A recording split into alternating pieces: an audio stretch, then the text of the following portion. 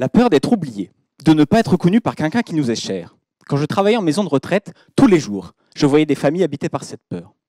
Et ce, à cause d'une maladie dont vous avez sûrement déjà entendu parler, la maladie d'Alzheimer. Mais qu'est-ce que c'est?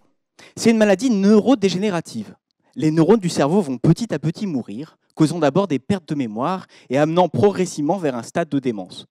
Mais on n'a toujours pas de traitement pour cette maladie, car elle est diagnostiquée quand les dégâts sont déjà trop avancés. Ma thèse a donc deux objectifs. Trouver des indices précoces de la maladie avant l'apparition des symptômes majeurs pour faciliter le diagnostic et tester l'efficacité d'un traitement lors de ces stades précoces. Pour cela, je travaille avec des souris qui vont développer la maladie d'Alzheimer. Et comme je sais qu'elles vont la développer, je peux les étudier avant l'apparition des symptômes majeurs. Si on compare ça à l'homme, ça reviendrait un peu à étudier la maladie environ 20 ans avant son diagnostic. La mémoire étant la première affectée dans la maladie, je fais passer différentes tâches de mémoire à ces souris. Et grâce à un petit casque avec des électrodes qu'elles ont sur la tête, je peux enregistrer en direct l'activité électrique de leur cerveau, ce qu'on appelle électroencéphalographie. Mais pourquoi on fait ça? Le cerveau, pour fonctionner correctement, doit transférer de l'information de manière fluide et dynamique. Imaginons l'information comme un radeau qu'on mettrait sur une rivière. Il faut qu'il y ait du courant dans la rivière pour que mon radeau puisse atteindre sa destination. J'ai pu observer chez des souris non malades que l'activité cérébrale est une belle rivière en été. Il y a du courant, l'eau coule et mon radeau atteint facilement sa destination.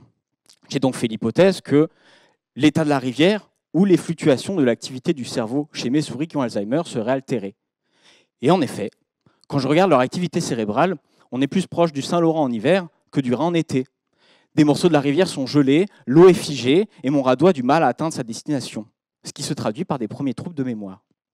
Ainsi, cette gelée de la rivière ou cette perte de dynamique cérébrale serait un signe annonciateur, un peu le « winter is coming » de la maladie des années en avance.